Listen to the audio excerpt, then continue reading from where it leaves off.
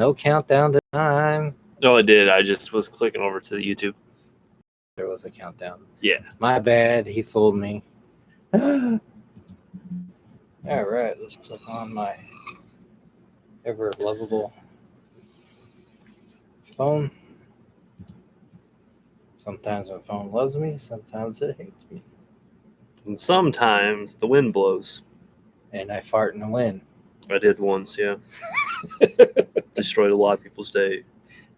Or walking down Walmart and just leave the area and be in the next aisle over and watch them cough and gag.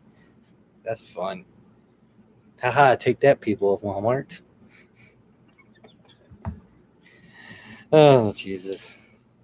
Good times. Good times.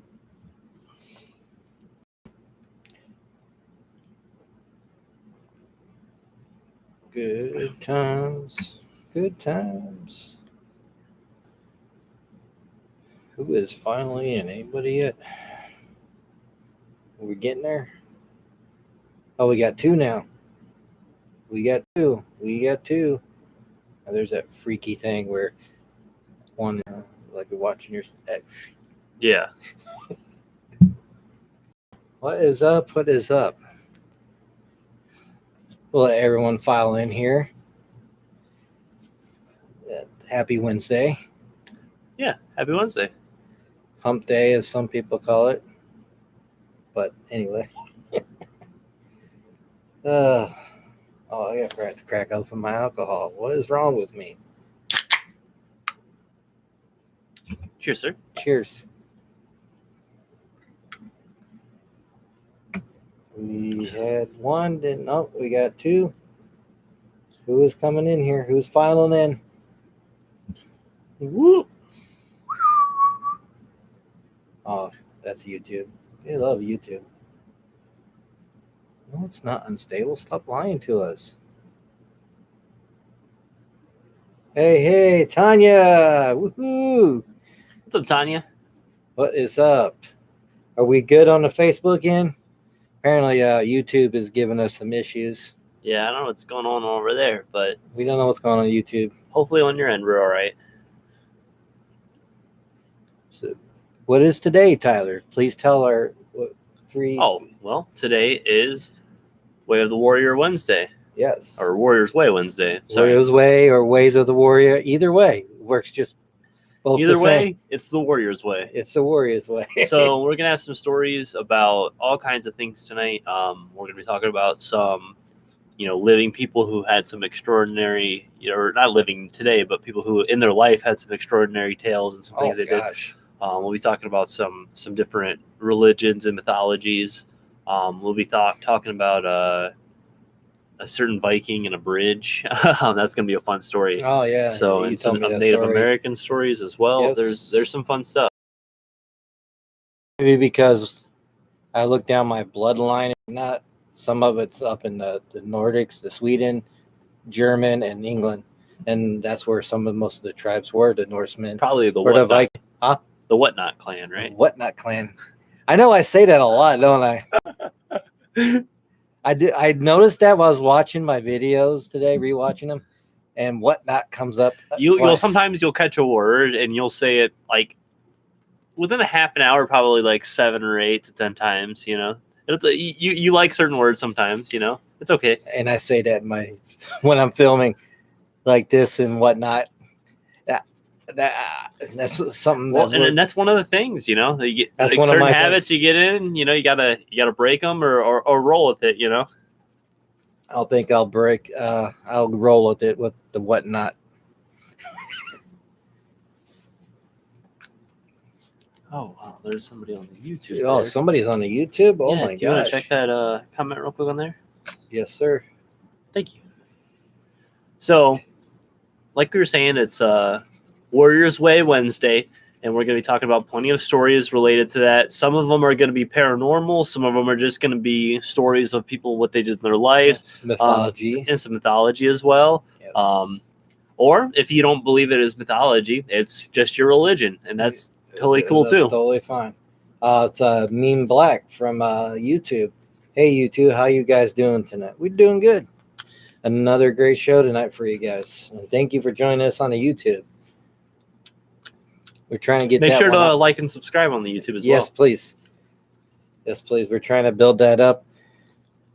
Like and share the crap out of the YouTube. Yeah. Because somehow I've been trying to get more, subscriptions and that sharing and whatnot. We're kind of at a standstill. I kind of want to get to that mythical of 100. I mean, and that might sound like a big accomplishment, but I think we can get From the field and stuff. So baby steps. Sir. Yeah. Baby Oh, yeah. steps. no, we're getting there. We're getting there. Slowly but surely. We're getting there. Also, check us out on Instagram. I'm posting content today. Yes, you are. So, How many followers you got on that? Or did you check? I think I just hit double digits. Yeah. Nice. So, it's one of those things where I'm not trying to like bombard it, I'm just posting like a couple things and then posting showtimes and stuff as well. Just like my normal one, I don't bombard it with too much, just a couple of cool pics from the day. Yeah. Like I took another drive. I actually got my Mustang out of the garage and went down to our favorite place down by the Cuyahoga Valley National Park and just drove around, filmed some more. Because we just realized this phone does better than most of our recording devices. No smack on our camera out there; it does great for our shows. But we have some of the most recent phones, so they have pretty decent cameras, So yes, then we'll put up. I'm going to put up another video from our burial mound, our second one where we actually do find a pinpoint location, and that'll be coming up either today or tomorrow. Not today, of course. Tomorrow or Friday. And I'm working on a clip video for last week's shows. We've been out in the field a lot recently, and I haven't had as much time to take care of that. So don't worry, guys. They're still coming, and I'll make sure to get those knocked out. So yeah, if you want to see a fat guy out of breath, no, I'm just. Well, I mean, those hiking trails were pretty rough at points, for sure. Man, you long legs McGee, you're sitting there waiting on the top of. I'm also, almost 20 years younger. Yes, so true. I try my best, and most people that, if I ever go out, they're probably like, "Why you walk so fast?" Well, I had to keep up with my son-in-law here on our hikes, and that's no easy task, and no one can hardly keep up with that guy. Trust me. I don't know. When I get moving, I get moving. I thought my brother was bad, but. Man. Well, when I get into those sensitive areas, you do. When I get into those sensitive areas, I'm soft. I move around, like I try to be. I want to, not affect the nature around us. I want to try to leave as little of an imprint as I can. Mm-hmm. But, when I'm on those trails, and especially those paved trails, man, I'm gone. It's all legs all day. We realized there wasn't that much paved trails. Much trails left, except for the top of that, where the mountains were. Just going in circles. Tanya, you're not alone. Don't worry. We're just we're getting the show spinning off here. Mm-hmm. Don't worry. There's gonna be more people spilling in there to talk with us. I know. Some nights it takes a little bit. You've been here for many shows. You know how it goes. It's a slow trickle sometimes. I did share out to mostly our core group and some new people that tried. Even the major players in the game, like from yesterday when I watched 100 Road Media, here he goes, sir. Well, that's kind of my aesthetic, Tanya. It's kind of like a little science teacher, a little archaeologist, and then kind of like hippie would run into combination. Don't worry. Mm-hmm. All right. So get the deck folded. You gotta know when to fold them, know when to walk away, and know when to run. You never count your money when you're sitting at the table. You got time enough for counting when the dealing's done. Yeah. And a guy dies in that song. I know he does, but a guy dies in that song. I haven't seen that in a while, but yes, I know. Like he drifts off to sleep, and somewhere in the night, the gambler, he broke even. He's up in the sky now. Good dude. Rest in peace, Kenny. Good song, sir. We was also listening to just dropped in to see what condition my condition was in. And if anybody's ever seen Big Lebowski, man, that's a Yes. timeless track right Very there. timeless track. Sing along. Yeah, it was sing along. we did do a sing. lot. We do that a lot, actually. You should see us when we're out in the woods too, because like we were like yelling back and forth to one another. You know? Some of those pictures. I mean, I sent him too. I was way up on here. It looked like a tiny ant down there, and we can hear each other because there's nothing else. Yeah, it echoes. Well, through. and it echoes through the woods, And that's why sounds and whenever you're in wooded areas, sounds can travel very far. They can. So always be weary if you ever hear something when you're out there. It might not be what you think it is. So always think about that kind of stuff. Then we did find out there's other trails up there. Yep, there's levels. There's levels. And he was looking for artifacts, and he found some cool spider, and we found a cool little frog that was different in pigment. Yep. And I posted those up on the Yes, Instagram. you did. Yep. That spider, no joke. Please describe, because I can't get that from the picture, but I know it was huge. Well, it was so okay. I've got long fingers and everything. Got like a decent palm size because I'm tall, so I have like not like meaty hands, but I've got big hands. You know, I got long hands. So this spider could have easily filled my whole palm. And it was a brown spider. It looked tarantula-esque, but it was not a tarantula, obviously. But it was like some kind of like, you know, wood spider or something like that. But oh man, I flipped a rock over and I saw this dude, and I'm like, holy shit, that dude is like gigantic. By that time, I made my way around, and I was on top of the hill. And you showed me the pic. It's like, oh, I'm coming down to you. I want to find this thing. Yeah. So yeah, that was crazy. Didn't have all of a sudden we was looking for it. We found that frog, that weird pigment frog. Well, it's very true. You know, some of the things that are reported in, you know, Tanya, that's a good thing. And your mom was very much right. Whenever you're in certain locations where there's not so much of that city noise and all that stuff, things travel a farther distance. Then when you think about the wooded areas, so sometime go into the woods and just throw rocks at a couple of different trees, like different areas and stuff, and listen how the sound moves through, and it carries through the woods. It's definitely a different feeling, and it also could be the reason why some of these locations are reported to be so, because, you know, sound could echo. Yeah. I mean, we've seen it out there for sure. Remember those people who walked up on the trail and everything? Oh yeah. And, you know, hear them echoing through before you actually saw them. I was on the other side of the ravine at one point. Yes. And I could hear them from all the way across there, you know? I mean, those two from the last one up. Yeah, the Tuesday hike, yeah. Yeah, they came out because I was going to see where these trails go to. I didn't venture too far because I want to kind of stay in the air because I know you were down there. Yeah. I didn't want to and you went walking around, and this is we found the spot, but it's totally destroyed. When we found out that, you know, what had happened was that the plan was being about to be used for other purposes, and they, you know, what was this, like a Whitsley or something like that, or Whitesley or something, was he went in and he's like, no, you guys can't tear up this area. And all of a sudden he came back, and they farmed it.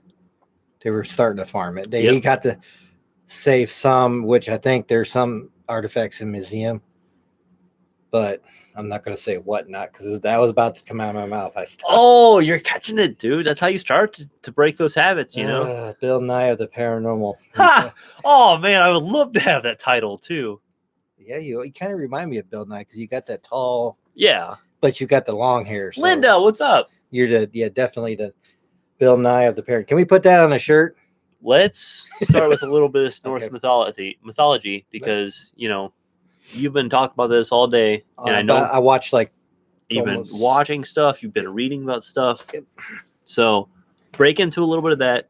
I have to check on one thing real quick, and I'll be right back. Okay, go ahead. Hello, Linda.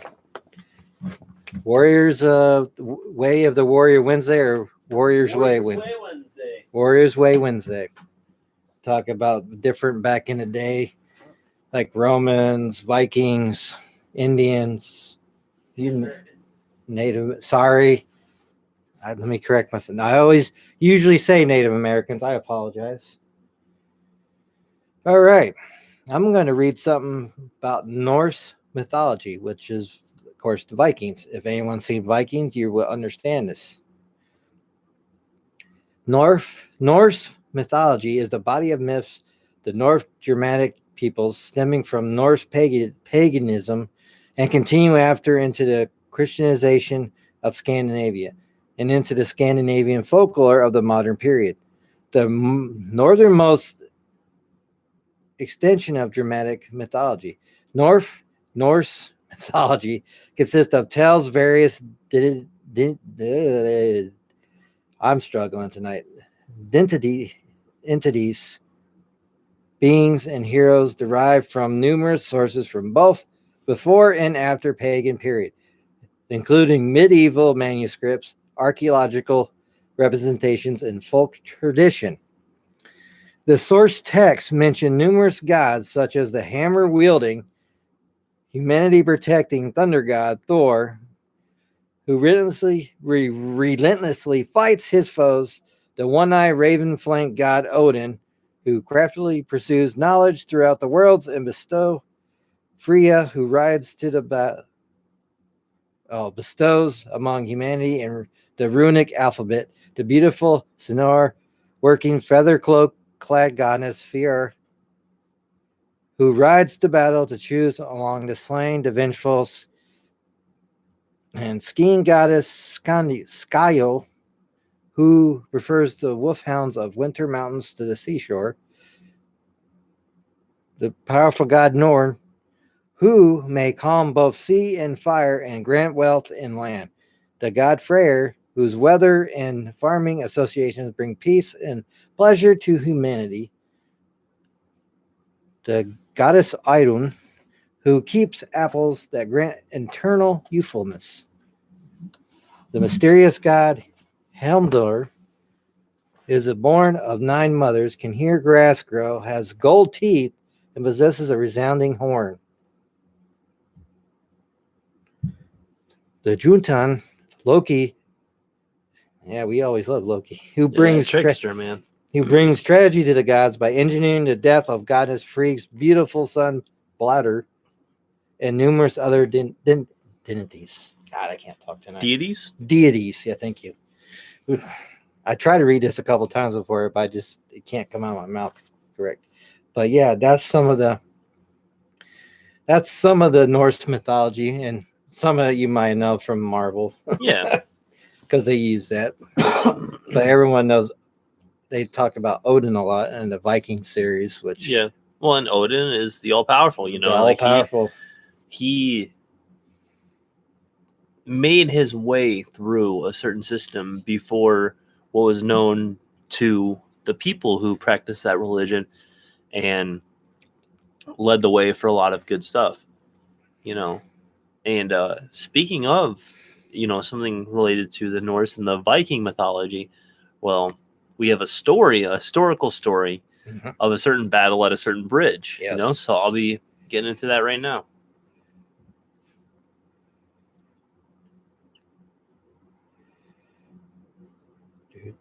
Charlena, good evening. Welcome. Thank you for sharing that music band earlier. There's kick-ass.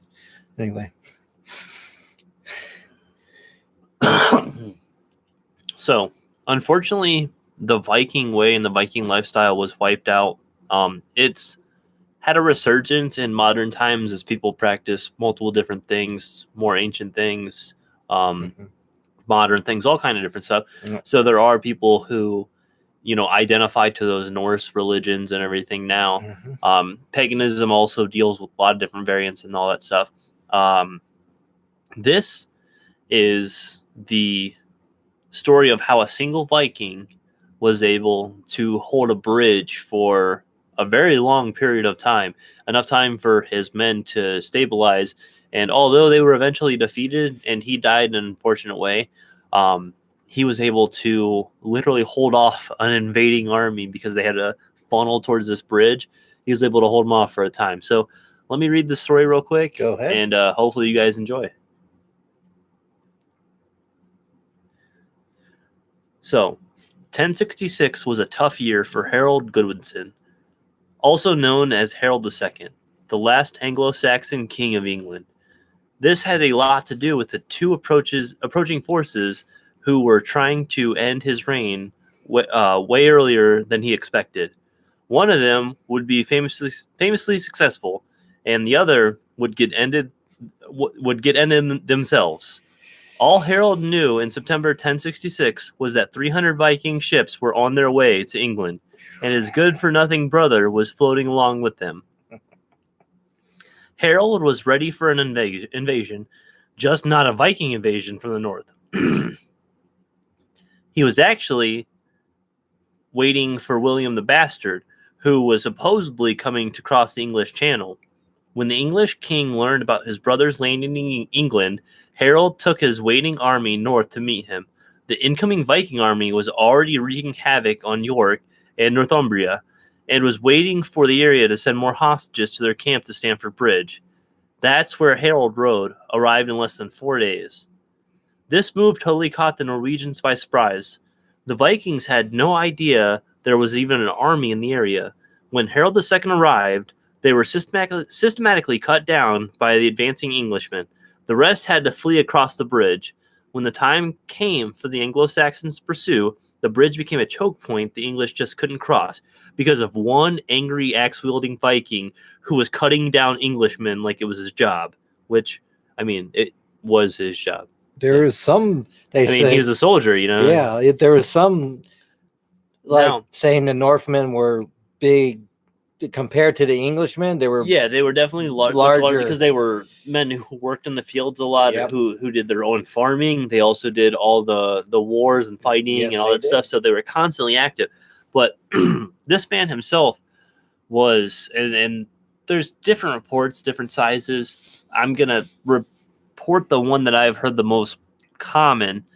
He would have probably been about 6'7" to 6'8", and probably weighing somewhere in between 260 to 300 pounds. Okay, that's Lyman size, and he was all muscle. Like apparently, he was, so the Viking axemen held the Englishmen off for so long. The Vikings were able to form a shield wall on the other side of the river and prepare for whatever formation Harold was going to hurl at them. The sagas say he killed 40 people before being taken down, and the only reason he was taken down was a pikeman floated underneath the bridge and skewed the Viking like a Swedish meatball at the IKEA standoff at the end. So the English eventually did cross the bridge and murder the Vikings to death. Harold allowed the rest of them to live as long as they pleaded never to come back, making Stamford Bridge the historical end of the Viking Age. It was also the beginning of the end of Harold. 3 days later, the much anticipated Norman invasion of England finally arrived, and the delay of Harold's army at Stamford Bridge allowed the Normans to land. 3 weeks after that, Harold was killed, fighting at the Battle of Hastings. William the Bastard took over England and became William the Conqueror. So, enough of that. That's a story where, okay, you have a single man who was able to hold off. In the story says at least 40. So, I mean, think about that. Like, could you imagine? Just think about a fist fight. Could you imagine fist fighting more than 5 people? No. You get. And he was an axeman, so he was obviously swinging around a large axe. But it's just such an amazing story, you know. Such an amazing story. So you got endurance today. And here's a couple. Brandy's joined us. Linda says Brandy is her daughter. Brandy Bird Brothers, or I'll just call her Brandy. They were far smarter than even credit. Yeah, the Vikings were very smart. Look how they navigated the seas. Most of them call them the Sea Kings because they navigated the seas so well. And that's what they're tacticians, even when they get on land. The way I saw some of these maps back then, like the 1000 century, 900 century, how they went through the Francia back then before it was France. But the way they went down to manage the rivers in their boats, they can navigate the shallow waters more than other people's boats. I mean, they were very, very smart. And yes, Tanya, it does say Swedish meatballs. It said that was actually the story I was reading from. Did say skewered like a Swedish meatball, so that was definitely something that was on there. Swedish meatball. I just can't think The about IKEA Swedish meatball. Yeah, it specifically said IKEA Swedish it's like that meatball. meat on a stick. You shave it, and never mind. We're not getting. But what you talk about is like it took a guy that couldn't face him face to face, but underneath Yeah, it was the a bridge, bitch tactic. it was a bitch tactic. Yeah, it was. But It was such won him a the war. cowardice move, you know. And I don't say bitching like, don't worry, I won't ever use bitch in a derogatory word towards women. I'm saying bitching just the natural like cowardice, like skeevy, just low way I that wonder some how people act long. in life. Did it say how long that battle was with that one dude on the bridge? Oh, I think that it said that it lasted at least an hour because people started to back off for a second. Well, which is a terrible move because it's going to give him time to take a deep breath and recuperate a little bit, which of course a man of that stature, he probably could go for rounds. He had the axe and he had his shield, obviously, because I know they had arrows and whatnot. See, there I go. And what not comes up. All right. Yes, it was that kind of move, Randy. I'm not. No, but exactly. She gets it. It's just one of those things where, some words aren't necessarily meant as maybe at a time used in a certain gender specific way. Some words just represent a way a person acts, and whether it's a man, woman, transgendered, any kind of thing you identify as, everybody can be a bitch, everybody can be a pussy, everybody can be an asshole, everybody can be a fucker, everybody can be all those different all those things. Damn words. Yeah, everybody, those all are gender neutral words, And it kind of reminds me of the story of David and Goliath in the battle. That wasn't much really a move, but he just took. I mean, do you believe that story or not? But I don't know where it came from. But I guess it says you can face any, no matter how tall or big your opponents are, they can fall like a stack of bricks. But, man, I can imagine that bridge. Obviously, it's wood. If you can stick a spear up there and shove it up your. Well, and they did. He came up, he floated on a canoe, and he took a pike, and he shoved it up through the boards and got him through there. Yeah, but before that, what time period was that? Was that 1000? That was like just after 1000, yeah. 1100 century. 1066, I think, is when it was up. So, like around the 900th century and the 100th century or 1000th century, the Northmen already claimed that area a lot in certain areas. The what is now Ireland and what is now England, they totally, and the Francia, which is now France, they really populated that area back then. It was crazy. Well, and to what Linda and Brandy are saying, the Englishmen were some of the most like they had the lowest tactics. I'll speak to a story real quick. Christopher Columbus, he's praised in a lot of ways, but he was also a very skeeving and conniving man. He once used his knowledge of astrology and how the moon patterns worked and things like that, and he knew an eclipse was coming.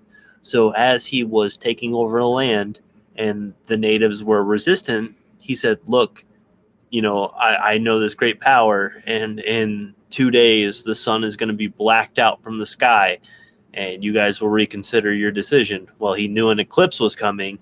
So an eclipse happened, and those people then submitted and gave their land over to him. So it was a dick move, It was a huge dick move. Charlene, that brings up a good point. I was just going to talk about this too. Yeah, go ahead. I recall Nova Scotia has evidence of Viking inscription on the stone article I read. Yeah.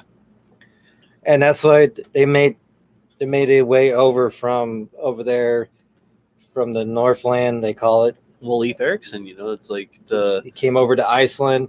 Then there was some evidence that he might have gone as he went Iceland, Greenland. He said, "Oh, that's crap. Let's go over to Nova Scotia," and there could possibly be. Well, yeah, you said the stone, so there could be some remnants of that too. But Iceland, there was got influenced by a lot of this Norse mythology and what. Yeah. And Almost whatnot. said it. I almost said it. God, I gotta get that. I might as well put down a T-shirt and whatnot. And whatnot. And whatnot. Yeah. So, like, throw all your guys' stories. I know I have a handful of stories I'll be talking about, but any kind of warrior stories, there's so many different things. You look to stories out of the different African cultures where they have so many rituals that a young warrior has to go through before he's able to earn himself as part of a certain level in the tribe. Mhm. And I believe rituals are some of the best rites because in order to partake in a ritual, you have to study, you have to learn a bunch of different things, then you have to execute them in an almost flawless manner to make sure that ritual goes properly. And I've botched some rituals in my life for sure, but I've had ones where I've definitely felt the results. So it's a fun thing for sure. Brandy says what made them so hard to fight was they didn't fear death. No, because they know that if they die in battle, they go to Valhalla. Yep. In the Great Hall. They you enjoy and I enjoy the show Vikings. Oh God, yes. Well, and think about like the early seasons where there was that old man who he had seen all of his friends die in battle, and he asked Ragnar to take him into battle so that he could die, and he eventually does. Go to the Great Hall of Valhalla. Yeah. He wanted to make sure he died on the battlefield because he was a great warrior who unfortunately, not at one time, even in the show as an old man, he grew up and he was a badass, but he unfortunately never got the chance because of his skills to pass on the battlefield, and he got what his one. He died. He had a smile on his face. Yep. Because he died on the battlefield. He died on the battlefield. He knew where he was going. He knows what's going. That's how like I practice chaos magic, and that's one of the things they teach you is that your intentions, your thoughts, they can lead you to the afterlife if you want, as long as you are true to your intent and everything. So that's something I definitely believe. Was that because they said it was a form of paganism? But paganism is a term that talks about any kind of religion that is no longer practiced in the common areas and everything. So like the practices of Egypt, like the Ra, Anubis, all the different stuff, that's considered paganism. And the Aztec stuff is like paganism is a roundabout term. It's an all-inclusive term. I could look up the Google version or the Wikipedia version. Because they got influenced by a lot of Christianity, because that's the lands they sacked. But it's now England and Ireland and now France. I mean, they got most of them that stayed behind got influenced by Christianity. I mean, and that's kind of the other way I thought how the Vikings died, because of the influence of other religions into their life. Yeah. Oh, for sure. I mean, they even in the Vikings, you can kind of see it too, because he took that slave. And they, that show, it's great for a lot of things. Unfortunately, they get a little stuff mixed up, and they exaggerate certain things, but it's a TV show. They have to make sure it's dramatic and have certain points, and definitely to Brandy and Christopher, glad you guys are all popping in. And the 13th Warrior is a great story. Yeah, is a really good story. Yeah. Yeah, it was. Oh, yeah. Against the Persian army. That was extreme. They know they're going to die, so they're going to die with honor. Well, that's a good way to go out. If you're going to have to pass, you might as well pass defending your people. It's like I think about sometimes, if like anybody ever entered the household, it's like if I died making sure my family was taken care of, that's not a terrible way to go. It sucked because I couldn't see them grow up, but at least I was able to protect them. And this is before, I'm sure the Northmen were around back then, but this is the time with the Roman Empire. They kind of took how that influenced others, like die with honor in battle. Or if you ran away, you would get killed. And that was like the Russians in World War II. Yeah. That was kind of extreme, but there's a lot of crazy stuff that goes on. There's a lot of crazy stuff during a battle. Do you have anything you want to get into, or do you want me to read another story? Let's see here. I can read a little bit part of what's left of the mythology. All right. Knock it out. All right. Most of the surviving mythology centers around flights of the gods and their interaction with various other beings, such as humanity and Jotnar, beings who may be friends, lovers, foes of family members of the gods. The cosmos in Norse mythology consists of 9 worlds that flank a central tree, Yggdrasil. Hopefully, I got that right. What? Yeah, just Yggdrasil. Yggdrasil. Yeah, Yggdrasil. yeah, Yggdrasil. That's close. Yeah. No, you're fine. Units of time and elements of cosmology are personified. God, I can't read tonight. Personified. God. Yeah. And I read this before I came down here. You're good, dude. As identities, and beings. Various forms of creation myth are recounted where the world is created from the flesh of primordial being Ymir, and the first 2 humans are Ask and Imbala. I think I got that right. Those worlds are foretold to be reborn after events of Ragnarok, when an immense battle occurs between gods and their enemies, and the world is enveloped in flames, only to be reborn anew. There, the surviving gods will meet, and the land will be fertile and green, and 2 humans will repopulate the world. Sounds familiar? Yeah, fertile and green, populating the world. 2 people repopulate Adam the world. and Eve, Christianity. Wonder where they got that from. It makes you wonder, doesn't it? Christianity is like the English language. It's just a couple of different things acting as one thing. In the English language, it's a couple of different languages acting as one thing. And in Christianity, it's a couple different religions acting as one thing. Well, I think that it's all saying the same message, isn't it? It's just not just one religion. Well, it's identifying the beings that are out there as their own different things. Yes. You know, you're having an overlaps of being.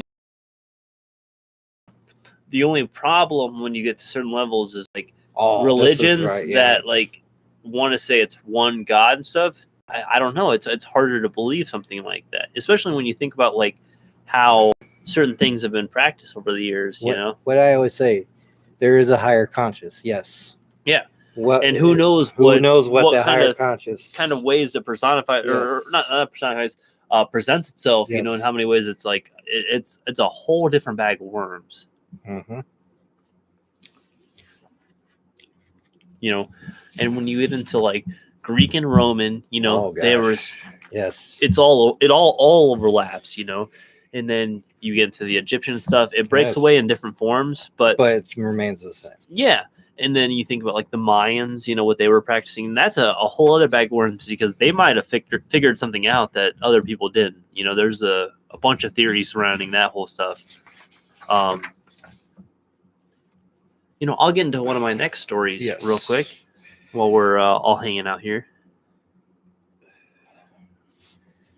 Since we're into Valhalla, that always interests me.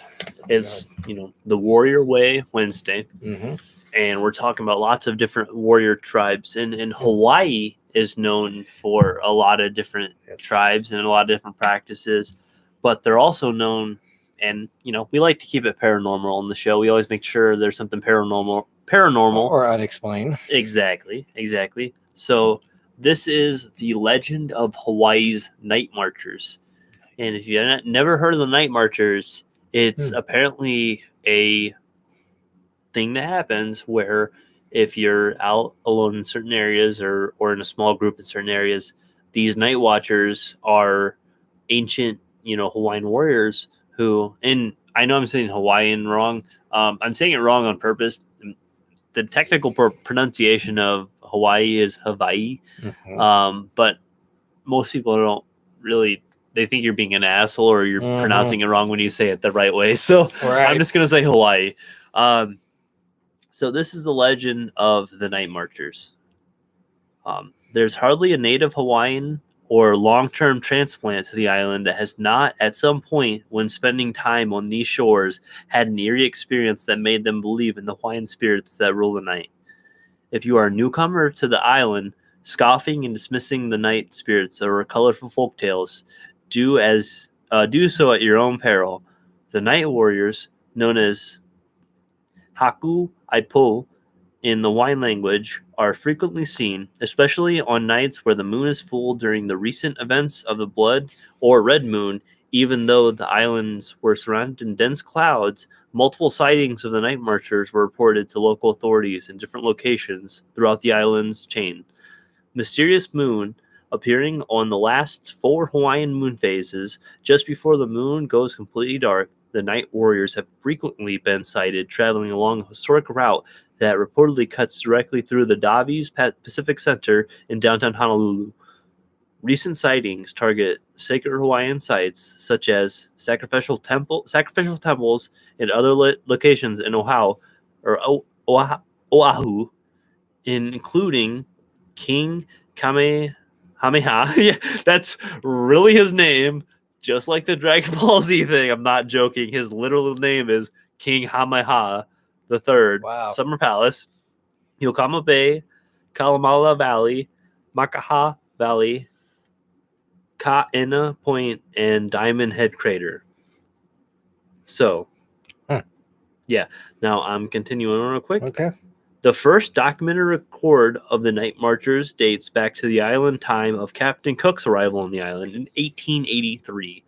Recovered archives registered to the first reference to a hookah eyes describing a mighty phantom army. The Olos spirit ranks, proudly led by the spirit of King Kamehameha, and that's really his name is Kamehameha, specifically angrily about on the big island of Hawaii. Several residents tell ghost stories of rhythmic chanting, horn blowing, and the beating of distant drums carried on in the evening trade winds. Both local and visitors report bright torches sighted in the dark in areas dense jungles with no trails. On nights of the full moon, numerous credible sightings of bands of tall and muscular warriors, bronzed and beautiful to behold, are reported. The warriors are described as marching with a god as their leader, accompanied by a band of torchbearers led the way. Hawaiian storyteller Lapaka Kapanu remarks, the night marchers' job was to terrorize people. It was simple to protect the most sacred, high-ranking chiefs, depending on kabu status, the chiefs marching in front or behind the processing. The night marchers showed mercy by traveling at nights to spare people. So, and that's just a lot of the stories related around that. They are meant to be a way to make sure that the practices of the ancients on the Hawaiian Islands are still held up preserved. Yep, for future generations. Charlena says, have you all seen a video where a groom does a traditional Polynesian warrior dance for his bride? Yeah, very cool tribal dance. It's a beautiful thing. I know. And I'm sure a lot of people are going to know this, but Jason Momoa, he has played Aquaman. He's also known as Khal Drogo on Game of Thrones, and he's played some other roles as well. His audition video to play Khal Drogo on Game of Thrones, which was a big role for him, he did a traditional Polynesian dance and everything, and he did a war dance. It's an awesome video. If you guys ever want to look up Jason Momoa Game of Thrones audition video. It's really cool to see. He really showed off his connection with that tribal presence. That's an amazing thing. To have that. I'm saying it all, but to have that connection to that kind of tribal area, or to have that connection to that world. I try to search for certain connections in my ancestry and my history, but to have connections to those different warrior tribes and those tribes that were able to shape a whole landscape, it's an amazing thing. Okay, what we got? Charlene, I rate that King story over 9,000. Sorry, son. DBZ. It's over 9,000. Yes, I know. If you make eye contact, you will die. I read that today. Haka. That's what it's called. Haka. Yeah, and sorry if my pronunciation is wrong. Yeah, we try with these because this is. I mean, I read like some of this stuff, the Norse mythology and the Germanic language, the Northman language. It's a little hard for me because the way they do their words. Because my dad was stationed in Iceland, and it kind of had that same. And you had certain exposure to certain areas, but it's hard because you were such a young kid at that time. I was such a kid, I didn't catch on to it, but it was interesting. Well, do you have more to go on for? I was going to read about what the word Valhalla derives from. Well, go ahead. All right. The modern English noun Valhalla derives from Old Norse Valhu, a compound noun composed of two elements. The masculine noun Val, the slain, and the feminine noun Hall.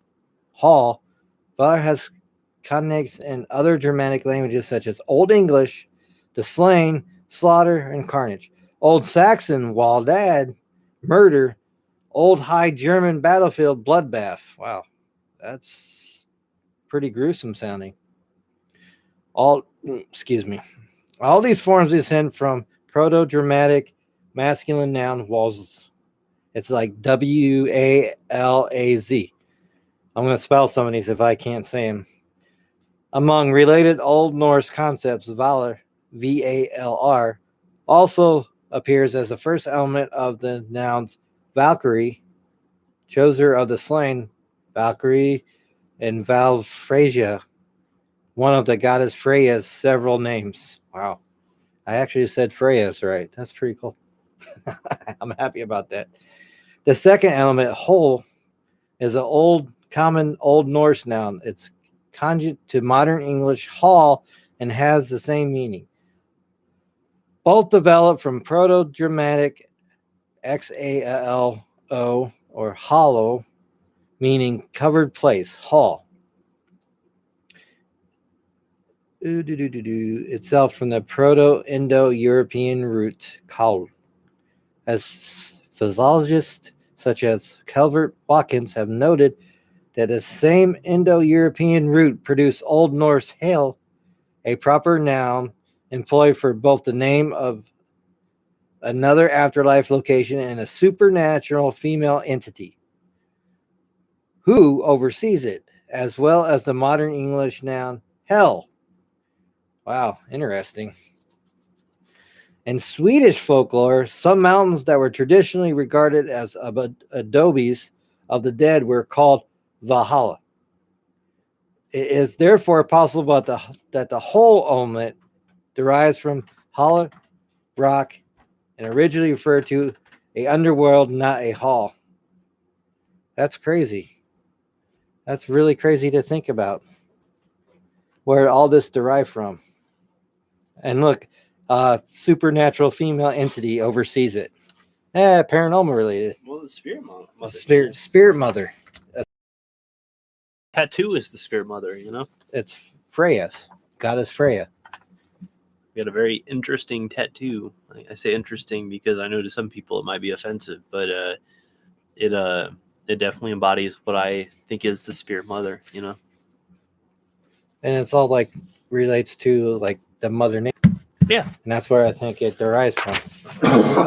Freya was the goddess in the Norse mythology. And Brandy's traced their bloodline to Freya in the Norse, you know, stuff. So, well, speaking of that, Brandy, I kind of trace mine. Mine comes from Norway, German, and English. Charlene was asking what was the tarot. She missed it. Nope, you didn't miss it. You did miss it. We haven't pulled it yet.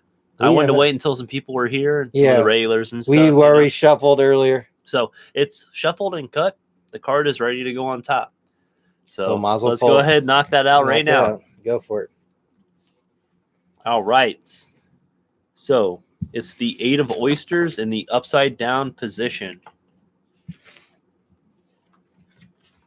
Or the reverse position.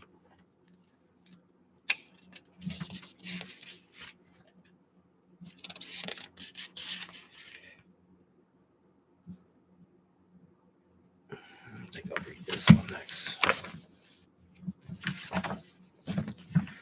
Oh, man. This one. Excuse me. I like that. Oh, you're gonna have to say it. We pulled it. I know, but I don't believe it. Well, maybe, like I said, it could refer to us. Sometimes it could be the followers as well, and to anybody else. And I always try to look for the broader meaning and stuff, but it's the reverse meaning of the 8 of oysters is sloth, conceit, false gifts, flattery, being untrustworthy and vain, talent misuse, and extortion. So Say what again? I haven't extorted anything. No. What talents I have in certain areas, I use to the max. So no matter what, as long as you're flexing your talents or using them in some way, you got to have some happiness there. Well, yeah, and since I'm not able to return to work yet, I've been doing like both this show, the paranormal, and some of my exploring, which also leads into our. And you talked about the Warden's Ledges. Yeah. And what did I do before you even mentioned it? I went to go film, and it's already on. Actually, it's on my YouTube now because I thought it was pretty cool because someone carved a crucifix of Jesus and it's laying on the ground now. And there's an abandoned barn. Yeah. And people were kind of freaked out about that. I thought that was pretty cool. I couldn't go further down the cliffs because he's got a lot more sculptures and whatnot. God dang it. You did it. Okay, every time I say whatnot, you have to drink. Sorry, guys. Yes, and I do say that in my videos too. Well, that's definitely going on the shirt. Sorry. No, I mean, I don't know what the message is from that card, but all I know is it's not the direct message that it's shown. I think there's something else. Maybe it's trying to show us. Yeah, but we've been putting in a lot of work. Our knowledge in these areas, not only do they benefit us for the show, but they benefit us for the research and the investigating we do. So, and I mean, I've been on a spiritual path for a long time, and a lot of that has tied into my investigating because my investigations are part of my spiritual journey, And my investigations, I have since my injury that opened up my mind. I have, like I said, I opened up my mind more. I see, I can't even talk tonight. I opened up my mind more. Even when I'm out exploring, I'm still doing something paranormal or cryptid or looking behind my back because the Cuyahoga Valley National Park has all kinds of stuff out there.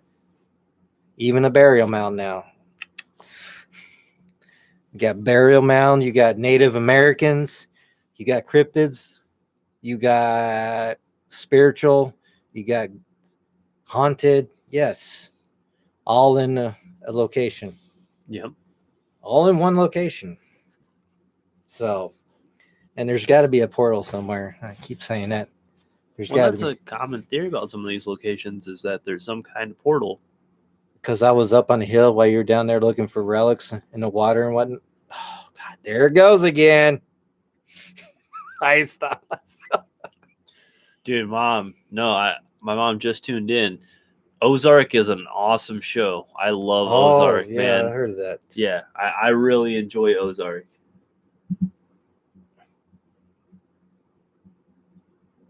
And Christopher says, I'm definitely lacking using my talents. I mean, we all can't use it all the time.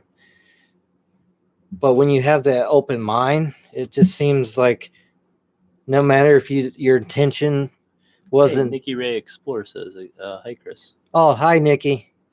Tell Terry I said hi. That's Terry's wife. Oh, well, hi, Nikki. I've noticed even if it's not my intention to go, like say I want to go out and just drive around or film or take photographs, sometimes it turns into an investigation in the middle of the day or a cryptid hunt. You just never know. Your initial intention is to go walk around, take a hike. It turns into other things. Yeah. It really does. I mean, like the bridge, like being in the woods in the middle of the park, in the middle of nowhere. And I told you I heard weird noises, but yeah. Well, I mean, we've heard a lot of things when we've been out there. Oh yeah, and we talked about the echo theory too. Now we're gonna kind of because we at the bridge you can still hear, even it's like even a mile back, cars and I was not gonna say it this time. You can hear cars and people sometimes, and they're miles away. It's that echo theory, and we're also next to water. and there's a lot of stone still from the old jade paper mill, and it bounces off of that. There's a big opening right there. And sound travels. Sound travels. Sound can travel for a long distance. And some of the sounds you're hearing aren't what you're hearing sometimes. I was listening to a podcast once called Monsters Among Us, and the host of the show was talking about a report where somebody was hearing the sound of like some crying. It sounded like a baby or like maybe a baby animal and just like wailing and crying. And when he eventually found the source of the sound, it was actually a series of tree branches rubbing against one another that were creating the sound. So, there are things out there that can trick the mind, but always keep your mind open and be careful, because there are some other things out there. And Native Americans used that land in case they had to go to battle. They know all about nature and the earth. They used Well, when we were out there on location, I was explaining to you how I could see them using that as a hunting ground. Yes, Because the way the valley was going through and the way the hills were, it'd be easy to post up by the trees in the hills and then hunt through there. You did not see me till I said something. Yeah. And I was right there on the top of the hill, and I could have easily, if you were a skilled bowsman, get your food, get your prey. I mean, it's easy how you can just walk around there. You can walk around there silent as long as you don't make some kind of noise, because it can echo. But you just think till I said something or yelled at when I finally saw you, is like you would never know until if you were right up or actually eventually look up. And you were look like a tiny, about the size of this. Yeah. All the way down on the hillside. Oh, yeah. And you're right. They used their land and earth to their advantage. You gotta use what got you can. to. It was a beautiful area where they had this mounds. I'm going to read a comment from Charlene. Go ahead. Quick. Charlena says the Capitol building has a spot against the wall that Jefferson could stand and hear everyone's conversations. Those Masons knew acoustics, so his intelligence was... he was but intelligent. not all his ideas originated from him. And that's the thing, is that when you're a part of a fraternal order or anything like that, there's the Masons, the Skull and Bones, there's all kinds of different brotherhoods, the Order of Odd Fellows, there's many different organizations. When you have that kind of knowledge of certain things, and when certain things are designated, like I know I used to work a block away from a Freemasons temple, and they would use the basement of the temple for concerts and stuff. Like, people would rent it out because the acoustics were so amazing. Exactly. So those guys definitely know what they're doing. Oh, yeah. And there were so many levels to those orders. There's many levels. Wow. This is a great night. Very good stuff so far, guys. Yeah. Okay. What was your, I'm a fan of history. What kind of, how would you word this? Of warriors of history, not exactly people. Not actual persons, but what culture, there you go. What culture of warriors was your favorite? There you go.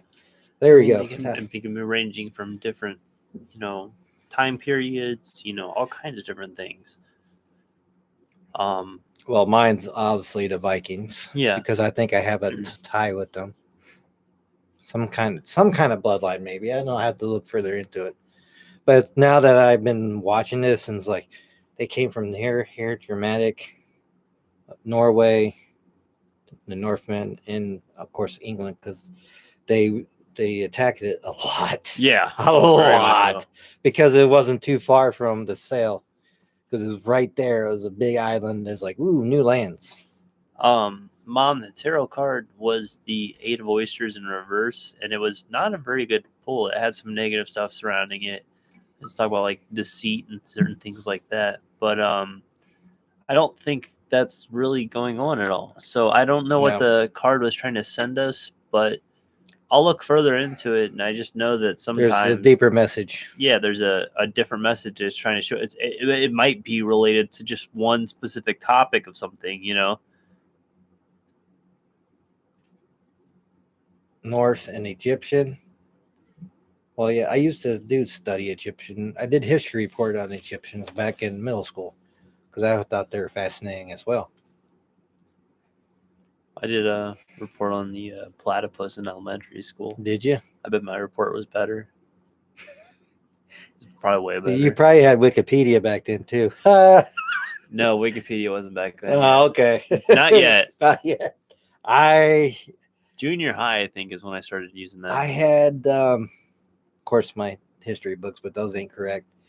Brandy said Roman gladiators are fascinating. But go ahead, sorry. My parents had this bookshelf made, and it had all the old encyclopedias on it. Oh, those are nice. Yeah, the sets are nice. Oh, yeah. The sets are really nice because you can learn a lot from that. I also did a Vietnam era report for the Vietnam War from one of those encyclopedias. Very amazing. I'm gonna go through a couple comments real quick. Yeah. Go ahead. Like I said, Brandy was saying that the gladiators are fascinating, and gladiator culture was interesting because there's a lot of prisoners and slaves that were used. all around the and the idea of becoming an iconic figure after being a prisoner or a slave—that's a rags to riches story. Tanya was saying the Cherokee for me, and I'm gonna very much agree with you. One of the most, when you think about the tactics they would use for combat, the Cherokee were some of the most advanced. I know, unfortunately, they got mainly wiped out, but it's the tactics they used were amazing, and so I definitely have a lot of respect for the Cherokee. Just Brandy's like finishing college classes on mythology. That's awesome. I would love to go to college back then and study stuff like that. But I chose the military. I still route. kick around college, but now with 2 kiddos, it's a little hard to make a decision like that. It is very hard. I have a job that pays me decent enough, so. But I'm about to go back to it next week. Yes, finally, thank goodness. Yeah, I'm happy. I'm very happy. That's good. I'm glad you get to still keep your job, and I'm still waiting. I've told my story to the regular, the core group of the followers that joined the show about my story already. But, yeah, and I'm still waiting on a call back because of the whole virus situation. Basically, after my injury, I'm working through rehabilitation, and was going to start the job on March 23rd. Well, since this virus hit us pretty badly, they had to hold off on me training me and bringing me in. So. And I'm going back to work with a very heavy series of safety standards. Oh, yes. It's different times. As long as you stay safe, different times. Brandy says, oh, I'm 46. Oh, she's a year older than me. Wow. Congratulations, Brandy. That's awesome. And she said she works in a junior high and shows the kids never to give up. And that's how we are. We never give up, We never give up. If we don't know it for sure, we usually get back with you guys or share something later after the show. Sometimes, I've had to put certain stuff on pause, but I get back out to stuff, it takes time sometimes. If you ever are feeling not right for an investigation, be careful, because if you're compromised, something will attack you or attach onto you, and try not to go into a location compromised because it can really hurt you. It can really, really hurt you. Or that's goes for warriors. If you're not going with the right mindset, you're going to be, it's like you think about the 300 who blocked off the way to make sure that they could hold off to protect their people. They all died, but they knew they held off long enough. They held off long enough, exactly, for an army to form and to things to actually rise up different. So it's interesting how certain things work out. Yes, it is very interesting. So we talked about. Oh yeah. What else questions are you got? Any other stories? Sir? I have 2 more. Okay.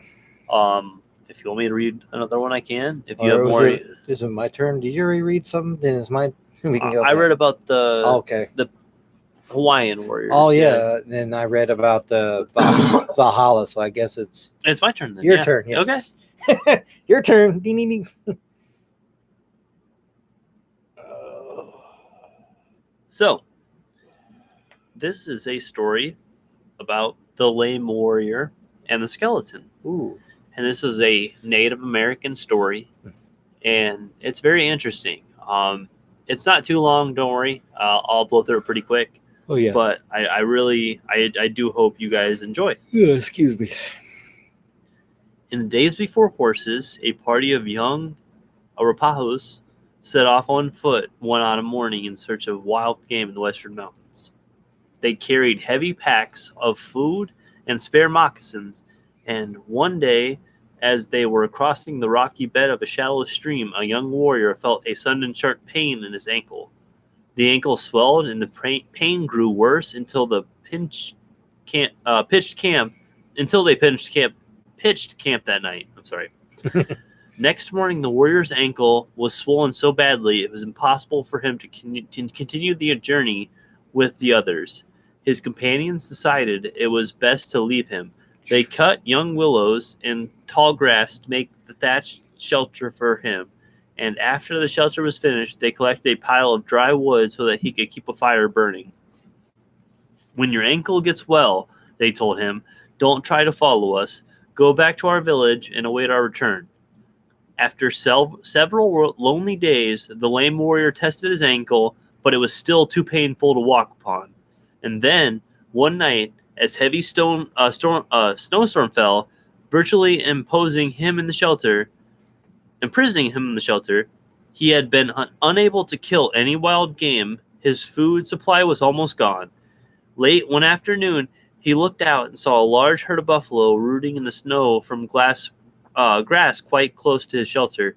Reaching for his bow and arrow, he shot the fattest one and killed it. He then crawled out the shelter to the buffalo, skinned it, and brought in the meat. After preparing a bed of coals, he placed a section of the ribs on the fire for roasting.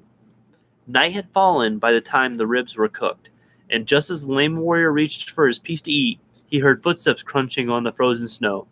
The steps came nearer and nearer to the closed flap of the shelter. Who can it be? He said to himself. I am here alone, unable to run, but I shall defend myself if need be. He reached for his bow and arrow. A moment later, the flap opened, and a skeleton clothed in a tan robe stood there looking down at the lame warrior. The robe was pinned tight at the neck, so that only the skeleton was visible above the skeleton feet below. Frightened by his ghost, the warrior turned his eyes from it. You must not be frightened by me, the skeleton said in a hoarse voice. I have taken pity on you. Now you must take pity on me. Give me a piece of those roast ribs to eat. I am very hungry. Still very much alarmed by the presence of this unexpected visitor, the warrior offered a large piece of the meat and extended a bony hand. He was astonished to see the skeleton chew the food with its bare teeth and swallow it. It was I who gave the pain in your ankle, said the skeleton. It was I who caused your ankle to swell so that you could not continue on your hunt. If you had not gone on your companions, you would have been killed. Or if you had gone on with your companions, you would have been killed. The day they left you here, an enemy war party made a charge upon them, and they were all killed. I am the one who saved you. Again, the skeleton's bony hand reached out, this time to rub the warrior's ankle. The pain and swelling vanished at once. Now you can walk again, the ghost said. Your enemies are all around you, but if you follow me, I can lead you safely back to your village. At dawn, they left the shelter and started off across the snow, the skeleton leading the way. They walked through deep woods, along icy streams, and over high hills. Late in the afternoon, the skeleton led the warrior on a steep ridge. When the warrior reached the summit, the ghost had vanished, and down in the valley below he could see the smokes and of teepees in the Arapahoe village. So that's the story. So a spirit pretty much saved him from. Yeah, it kept him from the group. So by keeping him from the group, it allowed him not to get killed in that party. For a reason. The rest of his tribesmen in that party got killed, and he was saved and then led safely back to his village. You know. And there's probably more deeper into that, but like saved for a purpose, later on. Yeah. But that That's awesome. That's. So, do you have more to read? I was going to read Gods and Other Beings, and mine's still on the mythology because the Vikings fascinate me, and they were not, as they said, dumb people. They were very smart and tactician. They were, oh my god. And how did the English fight back in the day? They still lined up like close to each other, like Well, that's how they lost the Revolutionary War. because they got so close to each other. Spread out, people. God forsaken. Kind of glad. I mean, I don't know. Well, I mean, that's why we're here. Right That's now. why we're here now, because we were smarter, and of course tactics. And French helped us too. But that's another story. A way They different supported story. it. Yeah, that they helped us support the later years of whatever. Yeah. Revolutionary War. I like history and the wars, so I love history. Yeah. I love how the wars were won back in the day. I just wish we would go back to sword combat because I would much rather train in swords than have to work with the guns. I have guns, but I'd much rather have swords, you know? I mean, any of you saw the show Vikings on History? How some of those plans are tactical. Like you go off there and he comes from this side or from the woods. I mean, they were smart back in the day. Yeah. Oh, very much and so. The English didn't know what to think. I mean, they weren't English. Anglo-Saxon. They were Anglo-Saxon. They were called back then. And they didn't know what to think of it back then. They were all confused. Like, what is going on here? Oh, for sure. For sure. And that's why they made deals most of the time with them and sent them off of all this, like the king of the Franks, sent them off. It's like, okay, please leave us alone. Here's a bunch of payments of gold and silver and stuff like that. It's like, we don't want no more of this. But yet they kept at it. Yeah. And by the way, folks, I'll be posting all three of the big stories I went over tonight on the Facebook tomorrow. So don't worry. I'll be posting those up so you guys can see them. Believe I posted the Norse mythology. We'll do the Valhalla one and some more of the Viking lore and stuff, or the stuff I've been watching actually, like Ragnar Lothbrok, Ivar the Boneless, which they thought he was a giant when they unearthed him on that island. Yeah. And of course Bjorn Ironside. Oh, is one of the famous. Bjorn is one of into my the favorite, Mediterranean. That was awesome. And he said, I mean, there was things like if he died in a shipwreck or actually made it back and actually got to use his wealth. But all right, I'm gonna oh, thank you, Brandy. We appreciate that. Tell your mom and thank you for letting you join us tonight as well. Thank you, Linda Bird. Okay, I'm going to read another part from the Norse mythology. It says gods and other beings. All right. Central to accounts of Norse mythology are the plights of the gods and their interaction with various other beings, such as with the Jutnor, who may be friends, lovers, foes, or family members of gods. Numerous gods are mentioned in source texts. As evidenced by records, personal names, and place names, the most popular god among Scandinavians during the Viking Age was Thor, who was portrayed as unrelentingly pursuing his foes. His mountain-crushing, thunderous hammer. That big thunderous hammer, Mjolnir.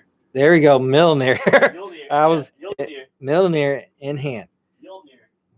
In the mythology, Thor lays waste to numerous Jutnar, who are foes to the gods or humanity, and is wed to the beautiful golden-haired goddess Sif.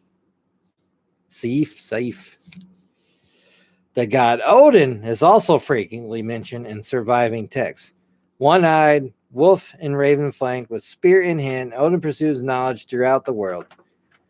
An act of self-sacrifice, Odin is described as having hanged himself upside down for 9 days and nights on the cosmological tree, Yggdrasil, to gain knowledge of runic alphabet, which he passed on to humanity, and is associated closely with death, wisdom, and poetry. Odin is portrayed as ruler of Asgard and the leader of Asgir. Odin's wife is a powerful goddess, Frigg, who can see the future but tells no one. And together they have a beloved son, Balder, after a series of dreams had by Balder of his impending death.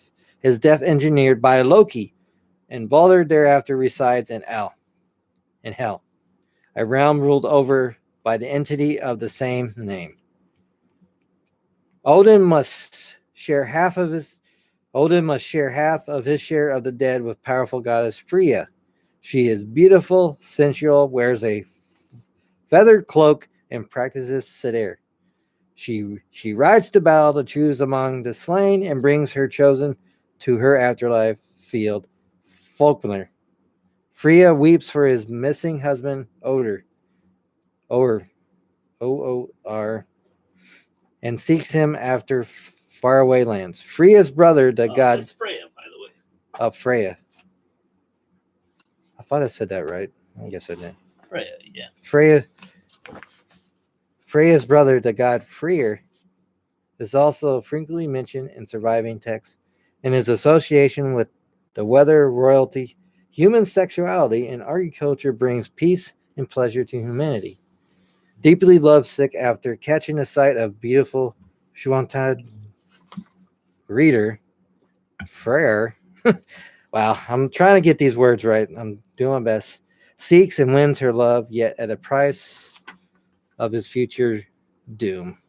And this is the rest of this is on the page. I mean, I share a little bit of that. Yeah. They interpret that and how like they like these gods shared everything with the humanity and I'm not going to say that word. They shared all their knowledge with not all their knowledge, but some of it to the humans back down below. Here's the problem with them trying to share all their knowledge is that the human mind can't perceive all that knowledge. And in the series of the Vikings, that actually a god Odin comes down and in a different form, and yeah. Well, that's a very common thing, and it goes through, Norse, Roman and Greek, Yes. Mayan, Egyptian. All kinds of cultures have stories of gods coming down and frolicking amongst the people. Humans. Whether it be like influencing, to have sex, whatever kind of thing they were desiring, they would come down and take care of. It was Ragnar's second wife. Yes, it was in a series. It was second wife. Yeah. He came down to fraternize with. Yeah. Yep. He wanted to have more babies. He wanted to have more babies, and I was rich. They said there is some proof of Ragnar having sons, but everyone after that said, "Oh, I'm the son of Ragnar Lothbrok." Maybe that's a tactic used to, like, put fear into him. But some were probably most likely sons of Ragnar Lothbrok. Well, you've seen The Princess Bride before, right? Yes. The Dread Pirate Roberts. You know, like it wasn't actually a singular person; it was a title that was passed along to people, so that they could use it to invoke fear and to not be fucked with. Yep. I mean, there was actual sons of Ragnar Lothbrok. He did have a couple sons whose stories. Oh my God, their stories are just outlasted his. Outlast. I mean, that bloodline is amazing, actually. Oh, do we have a question of the night? I think it was that one. Well, it was just the main question was just if you have any stories of any warriors or warrior cultures that you inspired you or you found very interesting growing up, and that they could be from different countries. It could be the Native American cultures. We did ask Tanya about threw out the Cherokees and stuff. I'm gonna throw out the Apaches. The Apaches were known so much for their war tactics that the military eventually named a war helicopter after them because they were so gruesome and just the killing machines that they were, but they were also very knowledgeable and had a lot of really interesting practices and a lot of really great practices. So you bring up, they're just savages. You bring up types of, battle tactics. Where do you think the Germans got Blitzkrieg from? Oh, I mean, that was Vikings. Yeah. They used the same tactic. They just blitz at you with, And they also, one of the attacks on the Franks was on Easter Sunday, and it was another major holiday and somewhere else in the country. Yeah. They did it on, one did it on Christmas Day. Wow. I don't know if it was Christmas Day, but it was a celebration of the pagan, what they as Christmas or the holiday season, Yeah. the holidays. But they were they were smart. They knew how to get in your head. Is that mental? Because I was watching it and I learned it's somewhere in the brain, but I was amazed by what tactics they used. Yeah. I mean, they didn't win all their battles, but they went to others and still plundered and learned from that. And Well, and kept one on. of the things we haven't talked about too much on tonight's stuff is some of the cultures that shape the world. Yes. And let's talk about the Mongolians. Genghis Khan. Yes. There are said to be a strong part of the population in this world is said to have been directly related to Genghis Khan because he did so much raping and pillaging all over his travels. God, that guy was. I don't know if I want to be next to that dude, but yeah, I've heard that too. We could be in our bloodline could be descendants of. Yeah. And Charlena's saying those Russian snipers, there's lady snipers who are deadly due to their patience and steady hand. And there's all kinds of snipers who are also just so amazing. And both genders, well, there's various genders, but the way they practice and the stories that are told, the world record is like over a mile that somebody shot. Yeah. That guy unfortunately got killed by another fellow guy that was suffering PTSD and mental issues. Yeah, He got killed in the back. A lot. Yeah. He was trying to teach him, it's okay. We can handle this. He was counseling him at the time after he got back, and he got killed by his own. It's a shame, but that guy, Kyle. Yeah. He shot. It was over a mile or something like that. It was crazy distance. Mom was saying that Native American culture stories she's always taken a liking to. She remembers reading a story long ago of the Indians used to do a form of punishment by burying the bad with their necks in the hot sun till they died. Yeah, just having their heads exposed until they died. Yeah. Oh, what was that Viking one? The Blood Eagle. Yeah, the Blood Eagle, where they would cut their spine in a certain way where their ribs would pop out and spread out. Yeah, and they put their lungs up. That's what Ragnar does to one of his the chiefs who defies him. Yes, the blood. That's one of them. I was like, ooh. Yeah. Oh, it's an intense one for sure. I mean, I don't know. They said he died in different ways, but the show kind of adopted the snake pit one. Yeah. When they're gonna do that, they're gonna choose whichever one they want. The Anglo-Saxons have used that snake pit as a way of death, torture. Linda says she's a Knights Templar kind of person. The only the practices and certain things of the Knights Templar are very interesting. The only problem that I have is that with any kind of oppressive army, they killed innocent people, unfortunately, and that's crusades through the Holy Lands. Yeah, too. And they that's a problem, and it's always a problem. I mean, back then they did a lot of battles. Oh, do I have my charging stuff? You needed a phone charge? Yeah, my phone's starting to die.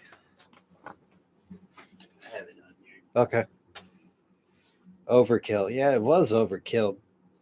But I guess those kind of tortures were meant to put fear into anybody else that want to, it's like, oh, okay, we're not going to piss them off. That's the way to install fear into your enemies and into your fellow, native people. It's like, we don't take this kind of stuff kindly, and we're going to do this to you. And by far, that's one of the creepiest tortures I have ever known is the Blood Eagle. That's just... I know the Romans had the crucified on a cross. That was also very brutal. Romans were very unique ways in their torture as well. Everyone had their unique way of torture. Is it charging? This one's dead, I guess.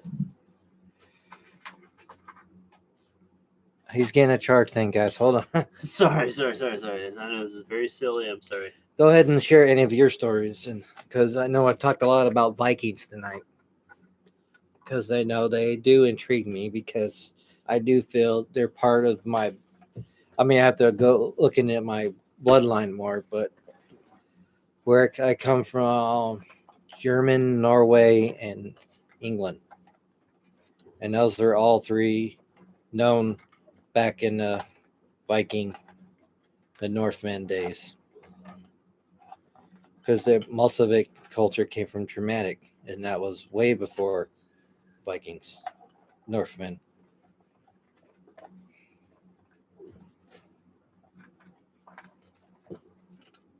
What we got? All right, anyone throw their stories or what we talked about? What influenced you?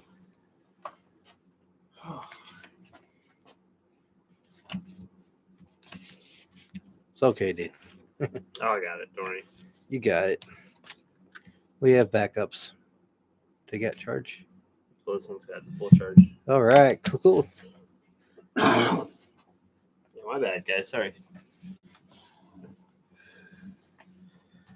There we go.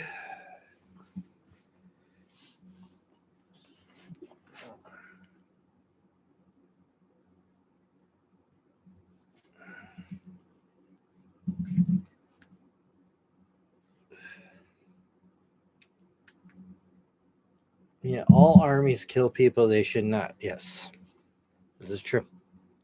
It's how it was back then. How many people lost their lives, but most of them thought, and like you said, they were going to Valhalla if they die in battle.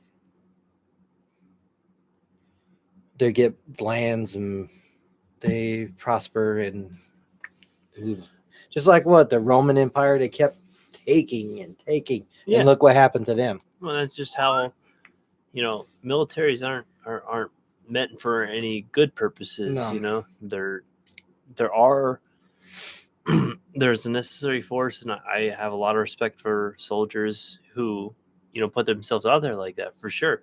And I mean, I know you served as well, but militaries aren't for a good use. It's meant to be defense against all the evil. And some militaries are for attacking and controlling certain situations and stuff like that. And it's been a thing that's been all throughout history, and all different kinds of sorts of things. It's just a part of one history. of the things that I always think of to kind of put that into perspective. And I mean, I don't have any problems with militaries per se. It's the idea of policing forces that try to control how the world operates. That's a whole other issue. One of the great quotes I ever heard was from Bruce Lee, and it was when he was asked a question by one of his pupils. You told me this, yeah. And he was asked, you preach peace, you preach kindness, you preach all these things, but yet you practice combat, you train in combat. How do you justify those actions? And Bruce Lee simply said, I would rather be a warrior in a garden than a gardener in a war. Because at a time in certain areas in Asia, when certain things were popping up and they were being attacked, farmers had to rise up and defend their lands, and they didn't have military training and things of those natures, So I know that's what it's a whole other issue. Yeah, we haven't talked about samurai and how they were their codes. They had some of the most honorable codes out there. Yes, they did. For sure. And it's modern military tactics are still based on stuff like the art of war, like Sun Tzu, and certain things that have been written. And how the Northmen used the seas to navigate. I mean, back in the day, that was hard. They had a certain stone and navigated with the stars and the sun. So And not a lot of people in that century use boats to do like move armies like that. Yeah. That was unheard of. Oh, very much so. And they started that whole idea with you can move a whole army across the sea. That's why they called them the Sea Kings, because hundreds, most is like 200 ships. Yeah. About so many men coming to claim land. I mean, yeah, they attacked the cultures of different like Anglo-Saxon, and that was now Ireland and Francia, which is now France. But all those ones they noticed something like some of those areas were going through civil war because they didn't like it. And they took advantage of that situation. Oh, very much so. Very much so. And that's kind of the tactic of wars. And that's also the thing about history. And also, people need to understand this. History is written by the winners. The losers don't get to write history because most of the time the losers are wiped off and they don't get a voice anymore.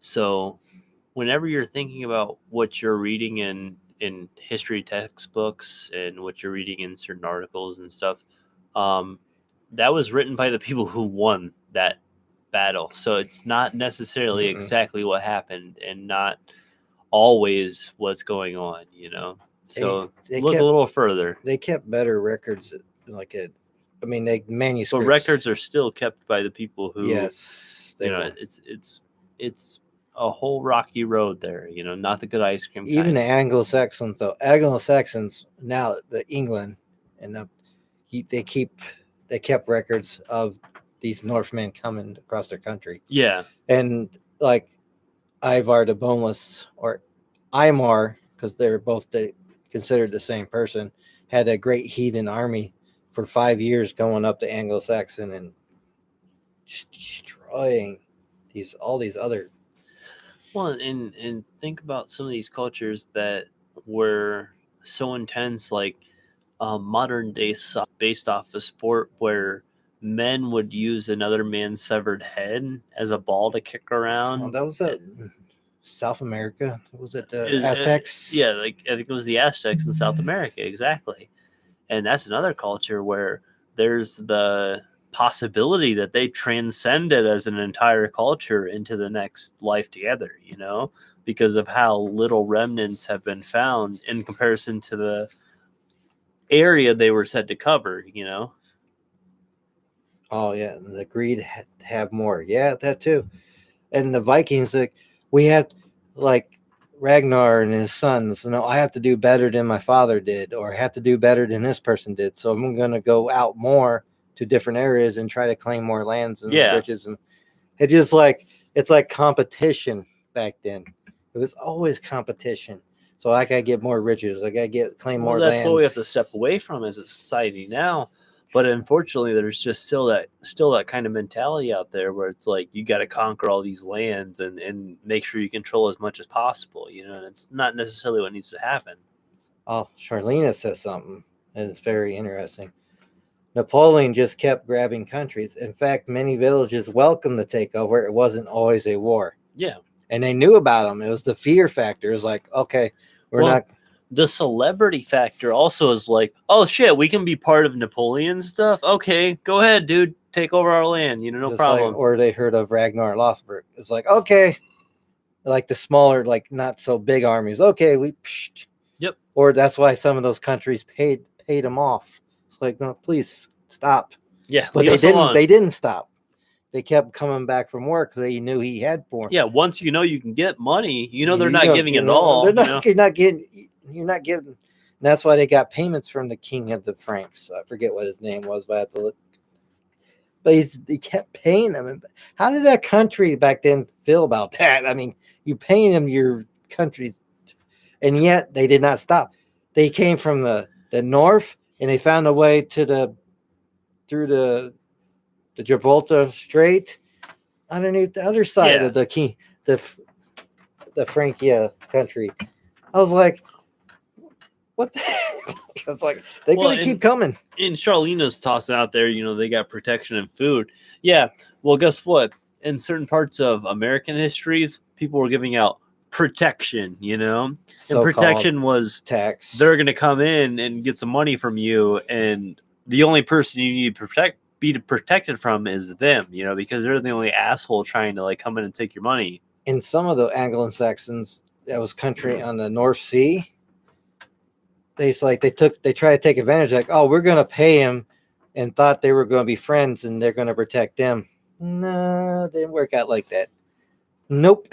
Like, we're going to get out of here, kill you in many ways than one. But oh yeah, just interesting how history is, and with all these different cultures, and it seems to be the same kind of thing. But we really didn't get into samurai. But I always remember that movie, great movie, Tom Cruise starred in. No, not that one. You don't like that one? No, you don't like that one? The Last Samurai? No? What's your favorite samurai movie? no, you can't have a movie called The Last Samurai and starring a predominant white actor. You know, that's only the weird thing. I know like the culture. story that it's different, but my favorite samurai movie is Seven Samurai by Akira Kurosawa. It's an older movie, and it's also one of the movies that has inspired people like George Lucas and Steven Spielberg and people like that. Okay. There's also The Hidden Fortress is another really great samurai movie. There's tons of them though. You know, you get into like the Five Deadly Venoms and like some of those films. You know, that was a whole franchise they did, and like there's tons of good stuff out there. Oh, I know, but I didn't really like the Tom Cruise part of it. I like the history in it. Well, there's certain parts they touch on for sure that are great, and it's sad. And a lot of it is just stuff that has been presented in a lot of different forms for a while, you know. And Linda says, I think Hitler was the worst. Hitler was bad. I think there might have been worse. His greed got in the way. Yeah, his greed for other countries, like I think Russia, kind of killed him off. There was a person who wrote an article. I can't think of her name right now, but she was an American journalist who was one of the few people who got to have an interview with Hitler. And she said he embodied the spirit of little man syndrome, where you could definitely tell he had a complex, you know. So what was that they talked about in there is like, if he didn't keep going after Russia and concentrated somewhere else, like Normandy and that, we wouldn't have been able to win on D-Day. Yeah. But he was too hung up on Russia. He kept sending over there. They say he got greedy, and he was hung up on a lot of weird things. Yeah, he was hung up on it. Oh, Charlena says Crouching Tiger, Hidden Dragon. I love that movie. Yeah, that is a good movie. I love that movie too. Stalin was awful too. Yeah, but he turned tides. He turned chicken. Yeah, Stalin was different. Then you got to think of like like Mao was really a terrible person as well. Pol Pot's, Pol Pot's did a lot of terrible things. There have been a lot of people. Stalin's numbers have never been properly recorded. No. So that's a whole other box of worms there. Yes. Oh man, there's so much in a lot of that stuff, you know. Very true. A German U-boat made it to the East Coast. They were close. Oh, they were closer than that, actually. They made their way to South America, to the little town after the war. I mean, I always put this theory up that Hitler didn't die in that bunker. He had a backup plan to send all these people over to, and there was proof too that there was Germans in this town in South America that reminded them of a German town. There was a lot of German heritage in this one town in South America. And there was this one, Josh Gates filmed one of this old mansion that could possibly housed Hitler after the war. And in this lake area, this river, there was 2 fortified bunkers further up. Yeah. and there was found a lot of different structures, not of necessarily of Aztec culture, in the woods, like mansions and I'm not going to say that mansions and buildings hidden in the woods as well. So, and they had Nazi hunters found a couple of those with different names. Oh yeah, in that town of South. Well, and think about after the war how like a lot of Nazi scientists and people were almost like it was like an open draft where you know you think about like Werner von Braun, who was eventually idolized with his projects at NASA, but he was still a Nazi. Like Werner von Braun was a Nazi, yet still idolized because he did some work in NASA, and it's just a whole big box of worms there because after the war, it was like many countries were trying to get as many of these Nazi scientists. There's that movie that just came out about the Nazi hunters, or show, was it? I forget. He lost the war because he went to astrology to plan his moves. Brandy says fully believed that he lived and fled. Yeah, there's a lot of theories there for sure. Linda Bird, you're right. He had plastic surgery to change his looks. Easily could happen. He had many. I mean, watch. I don't know which Josh Gates episode that was, but they did talk a little about that too. Yeah. He did have a lot of generals. I'm not going to say whatnot, and I just did. You nerd. Anybody drunk yet? Because I'm not trying to say that word tonight. Whatnot. Make a drinking game of it somehow. Just like I know I haven't seen tonight is Joe. Was Joe in there? Joe hasn't popped in at all tonight. I hope he's okay. I'm sure he's tired, or that's fine. It's weird not to have Joe. Like you guys miss Joe. I know you guys miss Joe. Well, that's fine. If he has something else, that's. Well, I mean, I don't. I just want to know he's okay. Yeah, we just want to know he's okay. So, I know I haven't seen Joe's antics in there tonight. So, but he would have been calling you out for those. Would have been busting your chops. About your pronunciation and stuff. The Norse words and the language, the Nordic, the Northman language, as you call it, Germanic, is a little hard to get, but it's a beautiful language. The German language, the Norse language. In Germania, like if anybody's ever seen the movie Gladiator, solid flick. Very good flick. But I love in the beginning, they're fighting the Germanians, which are one of the last like Viking tribes. Was it? What century did they put that in? Because we did talk about the last of the Germanic tribes. They would probably refer to. Whoa! I think Linda's trying to call us out. She's trying to say like we have established Josh Gates as a god. Oh, come on, man! He just got a lot of good. Oh my god! No, he's he's just been a big fan. We've been big fans, and he's been a big inspiration. And the information he talks about and the way he approaches investigations has been I feel a positive influence for us for sure. Very positive. But I love that joke, Linda. Thank you. Brandy says I have seen that Josh Gates episode. Yeah, it was a very good one too. Then they use that same guy that's the Curse of Oak Island. That guy that finds all the stuff with it. They use that same guy. They found a German coin. A couple of German coins, yes. Charlene says it was alien intelligence given to the Germans. They were not that smart. Met with the aliens in the Antarctica, huge cover-up. Look at that Bell Project. Whoa.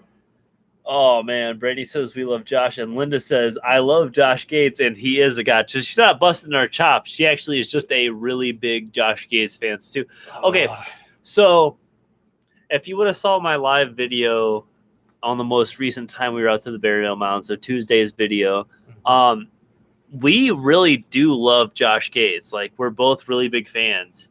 And I actually, I investigate things like him because he's open to ghosts, spirits, specters, he's very cryptids, cryptozoology. He's open to aliens, UFOs. He's open to all that stuff. Life after death, different religions and different practices and stuff like that. Like, he is the kind of person in the open-mindedness that I want to aspire to be. So I definitely get that, and I'm glad you guys agree. And I wasn't trying to be a dick. I just was like, it's funny because sometimes I get made fun of for how I fanboy over certain things. We do want to meet the guy. It would be so neat. I mean, you were investigating. You went down. You went around. There's you a went certain down the creek. a paranormal bro you used to fanboy over a lot, you know. We're not going to talk about that. Nope. I'm not mentioning that. Nope. Stop. Mine's Haunted Road Media now. Thank you, Mike. Mike has got such a great knowledge. Mike's awesome, yeah. But also remember, you have to have multiple sources. You know, He does. Always, he does. well, no, you have to have multiple sources Yes, outside of I him, know. just too. You know, I've been watching a lot of that too. But Josh Gates, Mike Ricksecker. I mean, I've been learning about all these other live guests that have been on the show as well. I look on their pages. I'm not going to say that word. I was close. See, I was leading into that. Stopping myself. God, I wish I had more alcohol. Anyway, I already finished that. What else we got? Yeah, Time Traveler. Mom and I have investigated with Ben Hansen. Do you know Ben Hansen? I've heard the name, but I've heard that name before too. I will meet Josh Gates someday. Yeah, so will we. We will. Hopefully he's at a Paracon in the near future. That'll be awesome because we're definitely going. As long as it's close. I mean, 6 hours is close, right? We'll go drive 6 hours to meet Josh Gates. Yeah. Yeah, I don't know Ben Hansen, but I feel like I've heard that name. I've heard that before. name thrown out there. Not that in a bad way, but thrown out there. Yeah. I mean, I will meet Josh Gates too. I actually I'm trying to work myself in a position where I have the skills and ability to possibly assist on an investigation with Josh Gates someday. You know, I'm always working. I'm not there yet, but I'm always working. They have the guest on there last night, live guest on 100 Road Media Show, and he was part of that investigation of the Yeti with Josh Gates. And he left him off a different pad, and they found some proof of the Yeti. Yeah. And the Yeti and Bigfoot are totally different. They're not very the much same. so. Yeah. I learned that because I always thought they were the same, but nope, they were not. Well, I mean, it could be a different species of the same creature, but it's definitely there's some differences that They're different. Yeah. Linda Bird says, "Are you going to the Gettysburg Bash?" No. When is that? Will that have Josh Gates? Because we'll go. We'll definitely make. I just can't go anywhere for a while, man. My wife is definitely keeping me locked down while we're quarantined. You know, I'm going back to work Monday. That's what I'm happy about. Yes.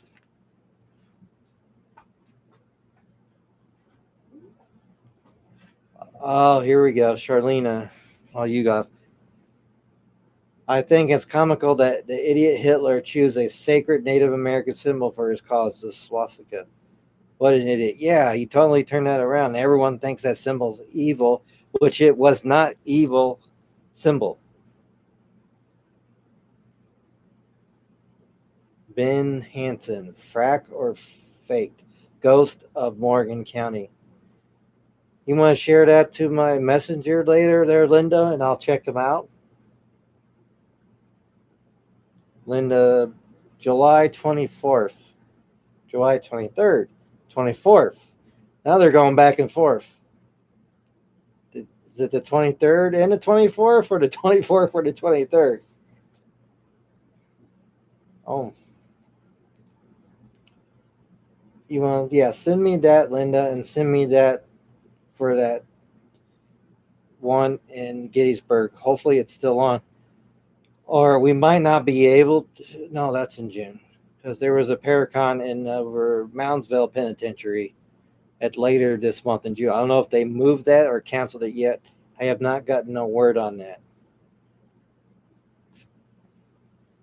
But a couple of celebrities are supposed to be there as well. It's 3 days. Like some pair counts. Some are 2, some are 3, some are 1. Okay. I mean, you were going back and forth. It says 24th and 23rd. I don't know if you couldn't decide on a day, but some of them are 1 days. 24th, 5th, and the 26th of July is the Gettysburg Bash. Okay. Oh, Well, if and things clear up enough, we'll definitely be out there. Charlena says earlier, I think it's comical that the idiot Hitler chose a sacred Native American symbol for the cause, the swastika. What an idiot. Yeah, and everyone thinks that's an evil symbol No, now. it's not. And it's not. He turned it into something He turned negative. it evil, yeah. Negative, and people were still...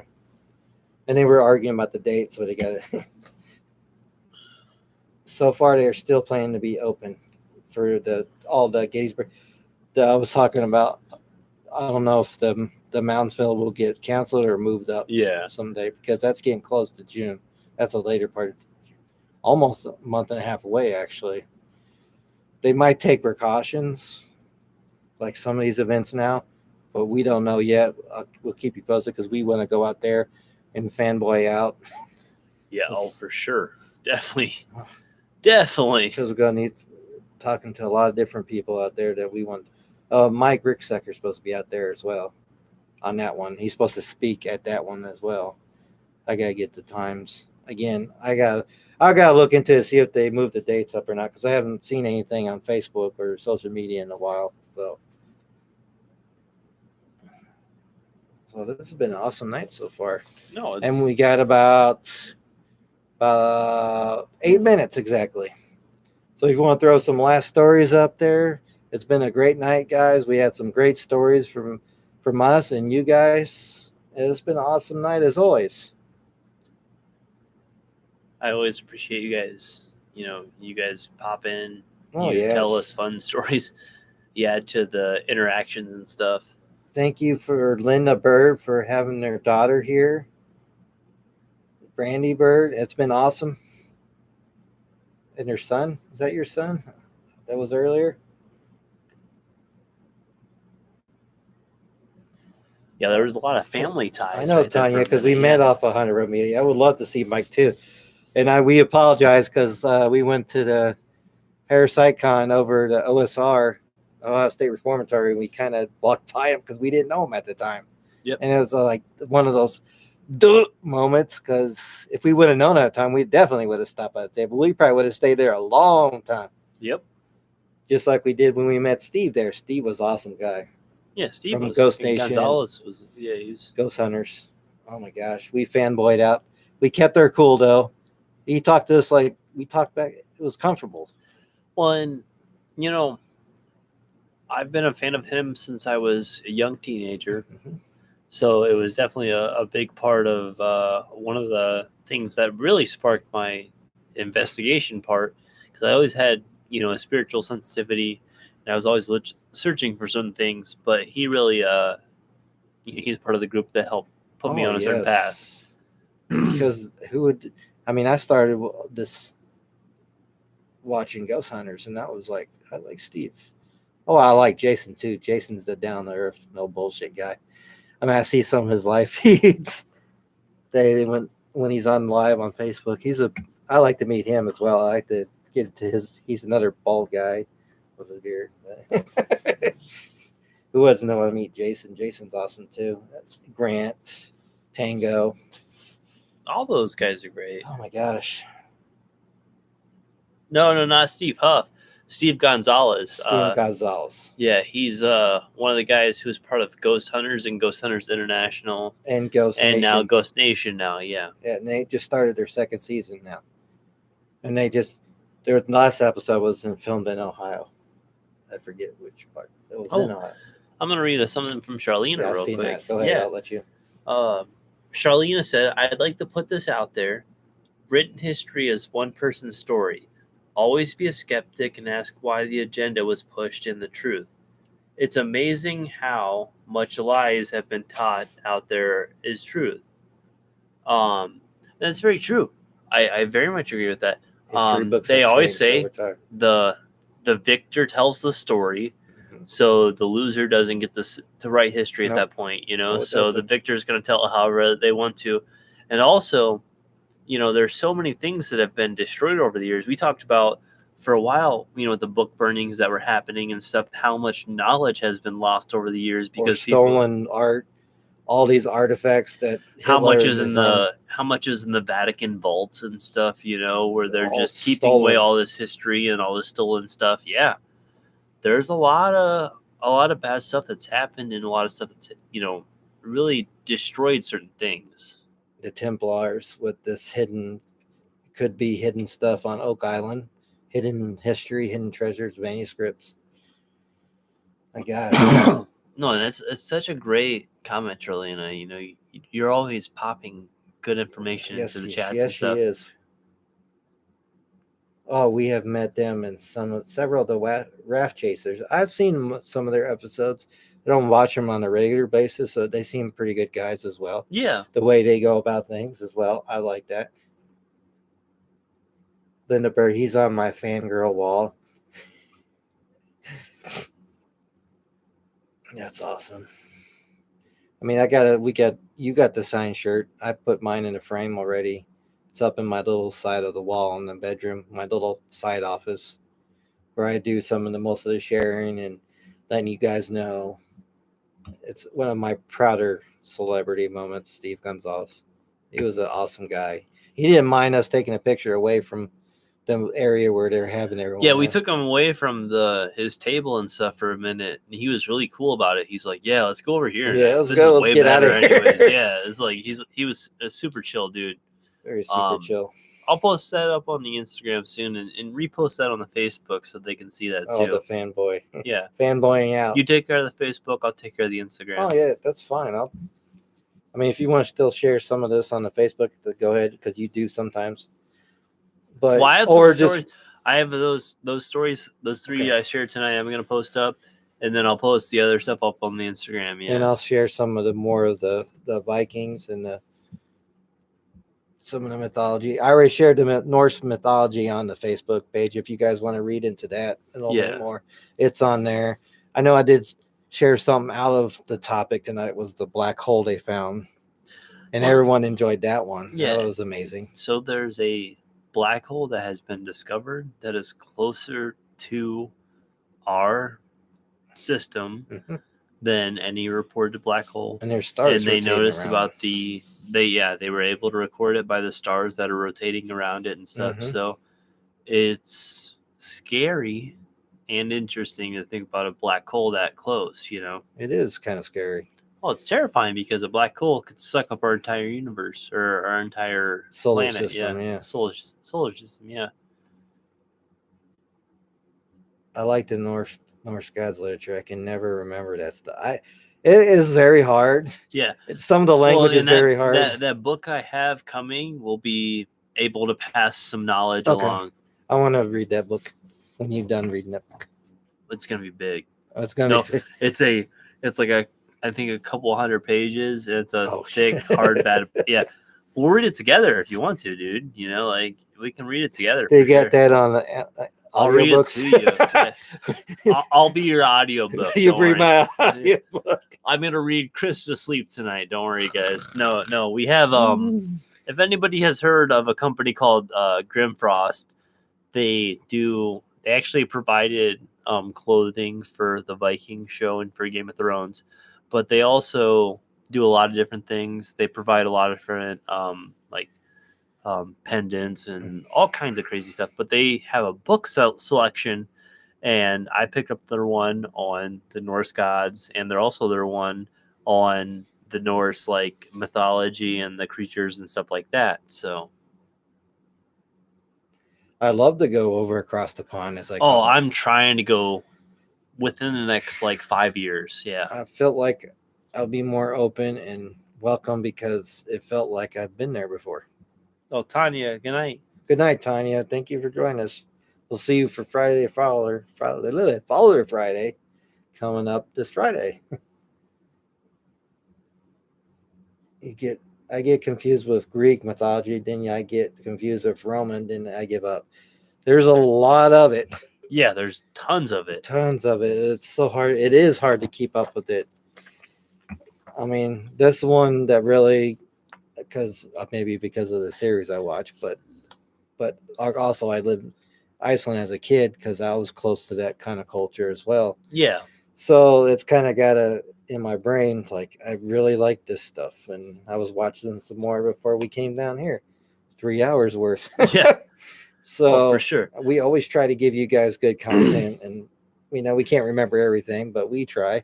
Well, and we always are getting to it at some point. But first tonight, you guys, it's about that time. Oh yeah, it's the 2 hour mark. So we're gonna get ourselves out of here. Yes. We appreciate everybody checking us out. It's been a great night. It has been a wonderful night. And we hope you guys check in for their shows. We'll see you on Friday if you check out the Friday show. And we'll have some more stuff popping up this week. So yes. Have a good night, guys. We really appreciate the shows. We really appreciate you guys checking in. We love